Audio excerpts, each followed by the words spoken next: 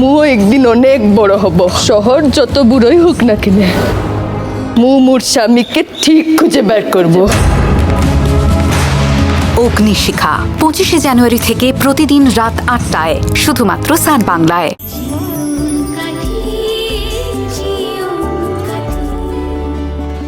তোমাকে একটা কথা বলে দিচ্ছি, তুমি কিন্তু তোমার মাম্মামকে কখনো ছেড়ে দেবে না, কখনো না। ওকে? তোমার মাম্মাম কিন্তু মাঝে মাঝে পালিয়ে যায়।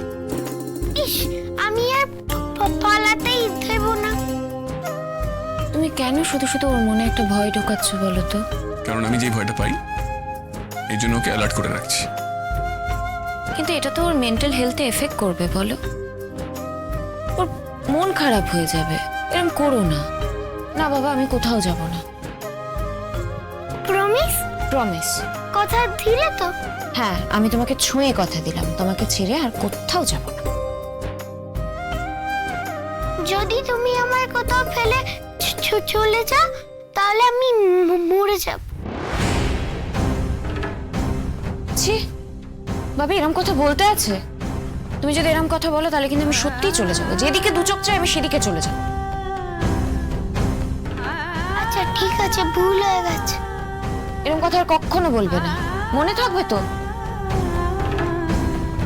আচ্ছা ঠিক আছে, আর বলবো না। তুমি থাকবে তো? তুমি যদি এরকম কথা বলো তাহলে তো আমাকে চলে যেতেই হবে। বলছি তো আমি এরকম কথা বলবো না। ঠিক আছে, তাহলে আমিও যাব না। মনে থাকবে তো? হ্যাঁ। তাহলে জাহ্নবী, কেমন জব্দ হয়েছো? আচ্ছা, এই কথাগুলো ও কোথা থেকে শিখলো? বাচ্চারা যা শোনে তাই শেখে। ও তো ওর মনের কথা বলেছে। তুমি বুঝতে পারছো তো জাহ্নবী? তুমি যদি কোনো দিন অভিমান করে চলে যাও বা ঋষির ভালো হবে সেটা ভেবে চলে যাও, তাহলে আমার দাদু ভাইয়ের কি অবস্থা হবে? আর কখনো কোথাও যাব না ছোট মা। আমি বাবিকে ছুঁয়ে প্রতিজ্ঞা করছি, আমি কোথাও যাব না।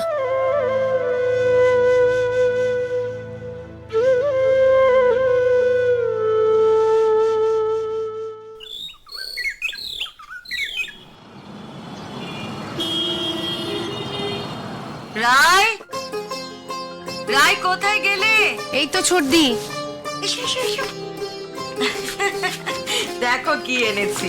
এসব আর কি আনলে? মাম্মার জন্য নতুন জামা কাপড় কিনেছে।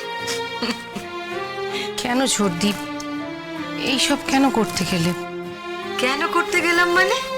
হ্যাঁ, আমার ছেলের বিয়ে, আমি আমার ছেলের বিয়েতে ছেলের বউয়ের জন্য কিছু কিনবো না? না না, তুমি আমায় বলো, এই দিনটার জন্য তো এত বছর ধরে তুমি আর আমি বসেছিলাম, তাই না?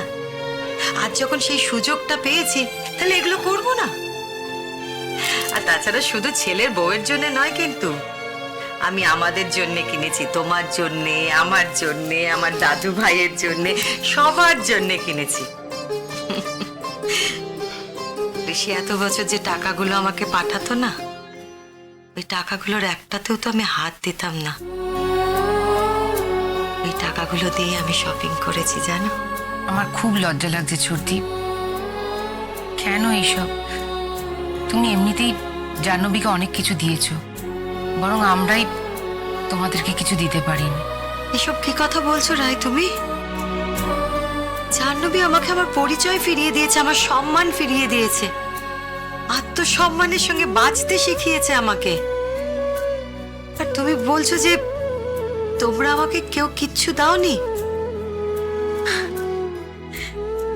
টাকা পয়সা গয়নাগাটি এগুলো যদি দেওয়ার কথা তুমি বলো তাহলে আলাদা, কিন্তু জাহ্নবী যেটা দিয়েছে না তার কোনো মূল্য হয় না, জানো তো?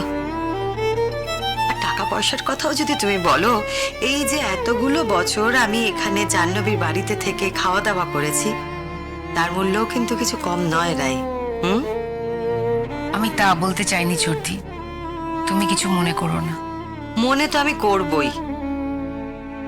আমি যেগুলো কিনে এনেছি সেগুলো যদি তুমি না পড়ো তাহলে আমি কিন্তু মনে করব।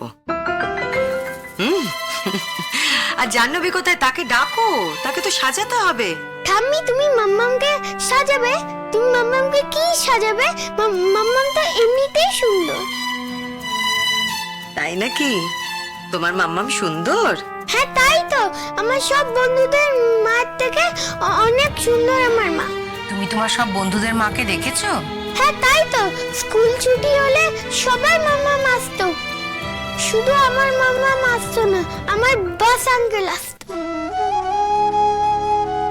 আমার সব বন্ধুদের মাম্মাম ছুটির সময় ওদের আইসক্রিম কিনে দিত, আচার কিনে দিত। কিন্তু আমার তো মাম্মাম তখন ছিল না, তাই আবার কেউ কিনে দিত না। তোমাকে সব কিনে দেবে দাদু ভাই। তুমি যদি মাম্মামের কাছে আকাশের চাঁদও চাও না, সেটাও এনে দেবে। এতটা ভালোবাসে তোমাকে। আমি আমার মাম্মামকে খুব ভালোবাসি, সবার থেকে বেশি ভালোবাসি। আমি আমার মাম্মামকে আবার ড্যাডির থেকেও বেশি ভালোবাসি। আচ্ছা, তাই? পাপার থেকেও বেশি? ও না না না, সমান সমান। আচ্ছা দাদু ভাই, যাও তুমি গিয়ে তোমার মাম্মামকে ডেকে নিয়ে এসো।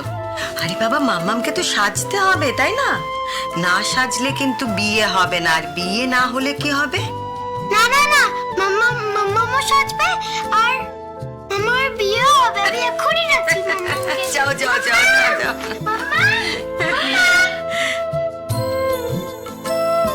জাহ্নবী কিভাবে দাদু ভাইকে বেঁধে ফেলেছে ভালোবাসার জালে, তুমি দেখতে পেয়েছো?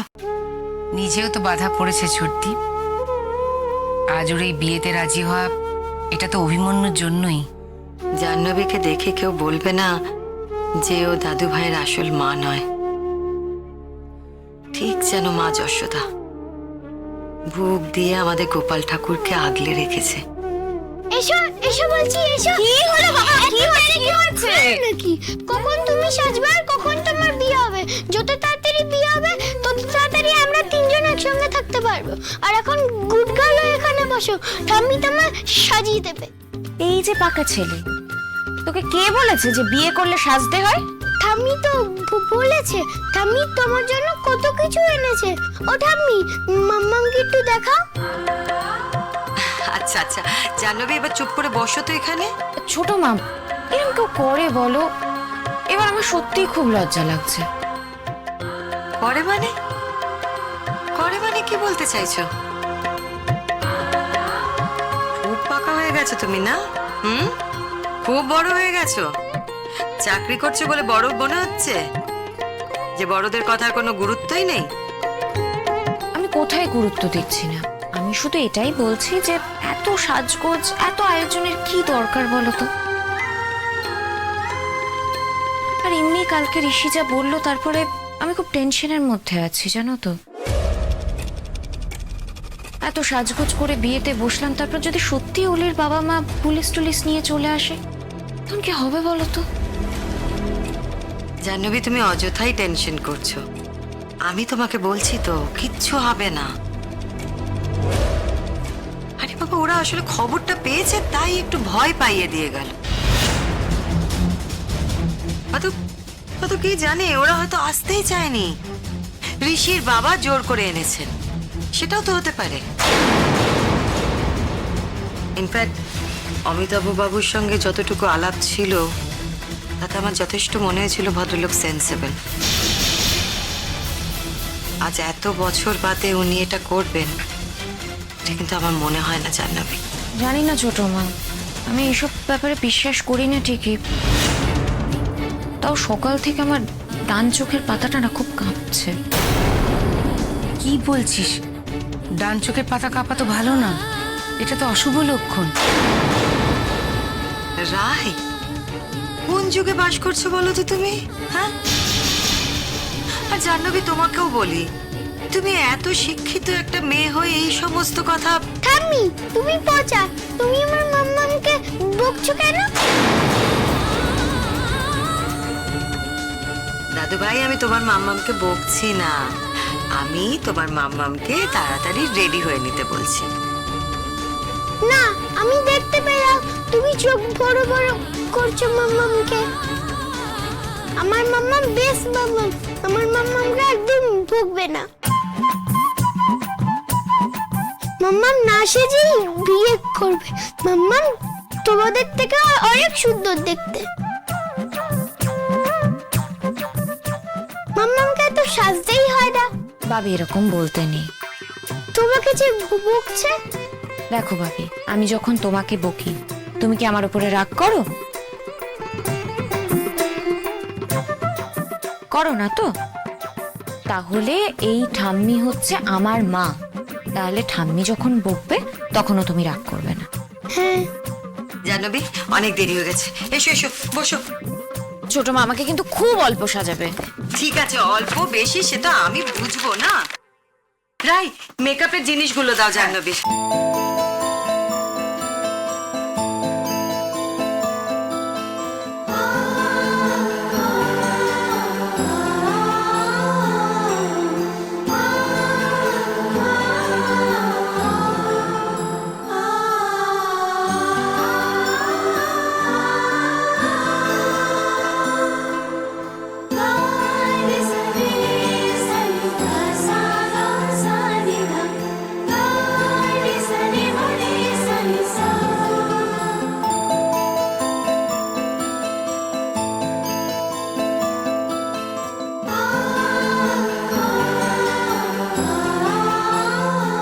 ব্যাস, এবার শাড়ি আর গয়নাটা পরলেই কিন্তু আমাদের কনে রেডি।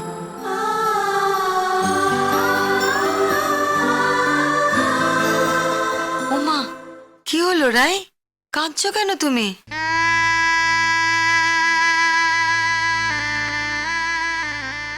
এত সুখ কি আমার কপালে সইবে চড়তি? ঠিক সইবে, দেখো ভগবান এতদিনে মুখ তুলে চেয়েছেন, সবই বুঝতে পেরেছেন উনি। ঋষি জাহ্নবী ওরা একে অপরের জন্যই জন্মেছে, এবার আর কিচ্ছু হবে না দেখো। আর এই যে আমার দাদু ভাই ওদের দুজনকে এমন মায়ার শেকলে বেঁধেছে না, ওরা চাইলেও আর দুজন দুজনের থেকে আলাদা থাকতে পারবে না। আমরা সবাই যা পারিনি তা আমার দাদু ভাই করে দেখিয়েছে। ভগবান আমাদের কপালে যত সুখ যত কষ্ট চাই দিয়ে থাকুক, আমার দাদু ভাইয়ের জীবনে যেন আর কোনো কষ্ট না আসে। তাও ঘর পোড়া গরু তো দিদি, সিঁদুরের মেঘ দেখলে ভয় লাগে। আমাদের খারাপ সময় কেটে গেছে রাই, ঈশ্বর দাদু ভাইয়ের সাথে আমাদের ভালো সময়টা পাঠিয়েছেন, বুঝেছো? আর এত ভেবো না রাই, যত ভাববে না তত বেশি ভাবনার জালে জড়াতে থাকবে, বুঝেছো?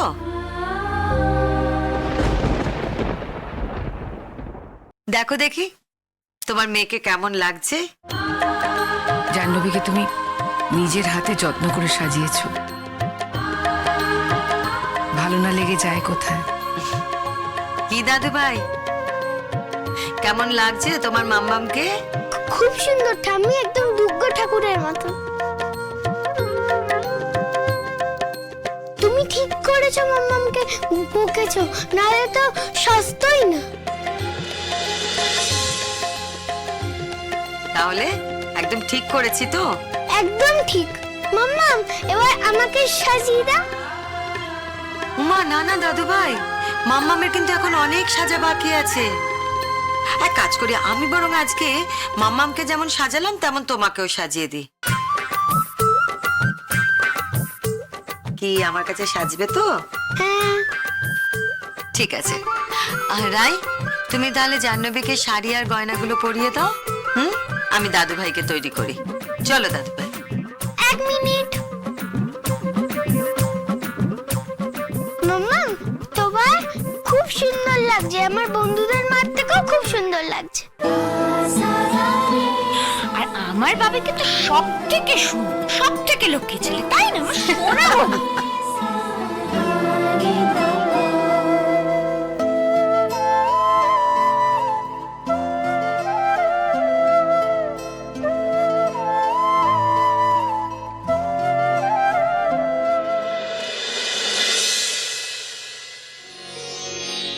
এ এখানে কিন্তু আসন টাসন পাতবে, এখানে আশীর্বাদের কাজ করব, কেমন বুঝেছো?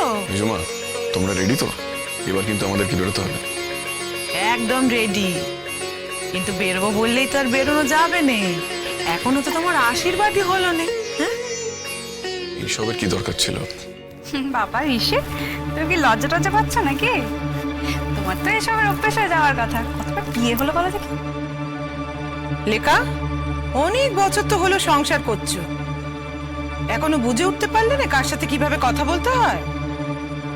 কেন, আমি ভুল কথা কি বলেছি? যেটা সত্যি সেটাই তো বলেছি। দেখো মা, আমি অত রেখে ঢেকে কথা বলতে পারি না, এটা হচ্ছে সেটা তো সত্যিই অন্যায়।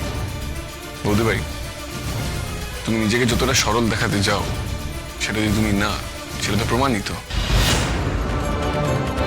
তাই তুমি বারবার নিজেকে ডিফেন্ড করতে চেও না। শোনো, আমি কিছুই করতে যাচ্ছি না। এমনিতেই কোনো কথা বলি না, কত অনাচার হচ্ছে বাড়িতে, সবই সহ্য করে নিচ্ছি। এরপরেও যদি দু একটা কথা বললে তোমরা মেনে নিতে না পারো, তাহলে তো বোবা হয়ে থাকতে হয় না? ওই কথায় বলে না, বোবার কোনো শত্রু নেই। দেখি বোবা হয়ে যদি তোমাদের মন জয় করা যায়। বোবা হয়তো তোমাকে কেউ বলেনি বৌদি ভাই, একটু সেন্সিটিভ হও। এই কথাটা তো আমি তোমাকেও বলতে পারি ঋষি। যে মেয়েটার জন্য অলি মারা গেল, সেই মেয়েটাকেই তুমি ড্যাং ড্যাং করে বিয়ে করতে যাচ্ছ। শাট আপ বৌদি ভাই, কোনো কিছু না জেনে ভুলভাল কথা রটিও না। অলির শেষ মুহূর্ত পর্যন্ত আমরা ওর সাথে ছিলাম। অলি চেয়েছিল আমি আর জাহ্নবী যাতে একসঙ্গে থাকি। অভিমন্যুর দায়িত্ব যাতে জাহ্নবী নেয়, কারণ অলি বুঝতে পেরেছিল অভিমন্যুকে মায়ের ভালোবাসা শুধু জাহ্নবী দিতে পারে, আর কেউ নয়। আর শেষের দিকে তোমাকে অলি চিনে গেছিল, এর জন্য তোমাকে ভরসা করতে পারিনি। হ্যাঁ, এখন তো তোমাকে এই কথাগুলো বলতেই হবে ঋষি। আসলে নিজের ডিসিশনটাকে জাস্টিফাই করতে হবে না? তাই জন্য তুমি নিজের সিদ্ধান্তটাকে কখনো অলির ওপর চাপাচ্ছ, কখনো তোমার ছেলের ওপর চাপাচ্ছ। না, অবশ্য কি আর করবে, জাহ্নবীকে বিয়ে করতে তুমি এতটাই ডেসপারেট হয়ে গেছো যে তোমার মরা মেয়েটার নাম করতেও বাঁচছে না। লেখা, তুমি থামবে? আর ঋষি বাবা, তুমি যখন একটা শুভ কাজে বেরোচ্ছ, তখন বেকার ওর সঙ্গে তর্ক করে নিজের সময়টা নষ্ট করছো কেন? যারা চোখ থাকতে অন্ধ, যতই চেষ্টা করো, সত্যিটা তাদের কাছে কিছুতেই প্রমাণ করতে পারবে না। সবার কাছে তোমার সত্যি প্রমাণ করতে হবে, তারও তো কোনো মানে নেই কো। আমার কাছে না হয় নাই করলে, কিন্তু আদালতে তো তোমার সত্যিটা প্রমাণ করতে হবে ঋষি। আচ্ছা লেখা, এই শুভ দিনে এইসব অলক্ষণে কথা কি না বললেই নয় কো? লেখা তো ভুল কিছু বলেনি বৌদি। দেখো, যেটা ঘটতে চলেছে লেখা সেটাই বলছে। অমিতাভ বাবু আমাকে বারবার করে সাবধান করেছেন, বলেছেন যদি এই বিয়ে হয় তাহলে ঋষিকে উনি লকআপে দেবেন। শোনো বাবা, আমাকে ভয় পাইয়ে কোনো লাভ নেই, কারণ এত বছর ধরে তোমাদের কথা শুনে আর তোমাদের কথা ভেবে নিজের ইচ্ছে অনিচ্ছেকে আমি বিসর্জন দিয়েছি, কিন্তু আর নয়। এবার আমি আমার জীবনটা আমার মতন করে বাঁচতে চাই। আমি আমার ভালোবাসার মানুষের সাথে জীবন কাটাতে চাই। আর তাছাড়া আজ তো আমি একা নই, অভিমন্যুও জাহ্নবীকে ছাড়া থাকতে পারবে না। ছোটবেলা থেকে মা হারা ছেলেটা জাহ্নবীর মধ্যে নিজের মাকে খুঁজে পেয়েছে। তাই তোমাদের ইচ্ছে পূরণের জন্য আমি অভিমন্যুর কাছ থেকে তার মাকে কেড়ে নিতে পারি না। আমি জানি না ঋষি তুই কবে বুঝতে পারবি, কবে তোর চোখ খুলবে। এই জাহ্নবী অভিমন্যুর মা হয়ে ওঠাটা পুরোটাই একটা চাল। দেখো, যা করছে নিজের স্বার্থের জন্য করছে। ওর যখন বিয়ে হয়ে যাবে, এরপরে নিজের সংসারটা যখন গুছিয়ে নেবে, তখন অভিমন্যুকে ও আর পুজবে না। অভিমন্যু হচ্ছে ওর ট্রাম্প কার্ড, বুঝেছিস? এই খেলাটায় ও যখন জিতে যাবে, তখন অভিমন্যুকে ছুঁড়ে ফেলে দেবে। বাবা, অনেক তো হলো, এবার একটু মনটাকে প্রসারিত করো। একটু আলো ঢুকুক তোমার মনের ভেতরে, তা না হলে তোমার ভেতরে যে অন্ধকার তোমাকে ক্রাশ করে ফেলবে। এই বয়সে এসে আমাকে নিয়ে তোকে ভাবতে হবে না ঋষি। তুই এখন নিজের দিকে একটু মন দে। ছোটবেলা থেকে তুই ভীষণ ইন্টেলিজেন্ট ছিলি, তো হঠাৎ করে জাহ্নবীর প্রেমে কেন পড়লি বুঝতে পারলাম না।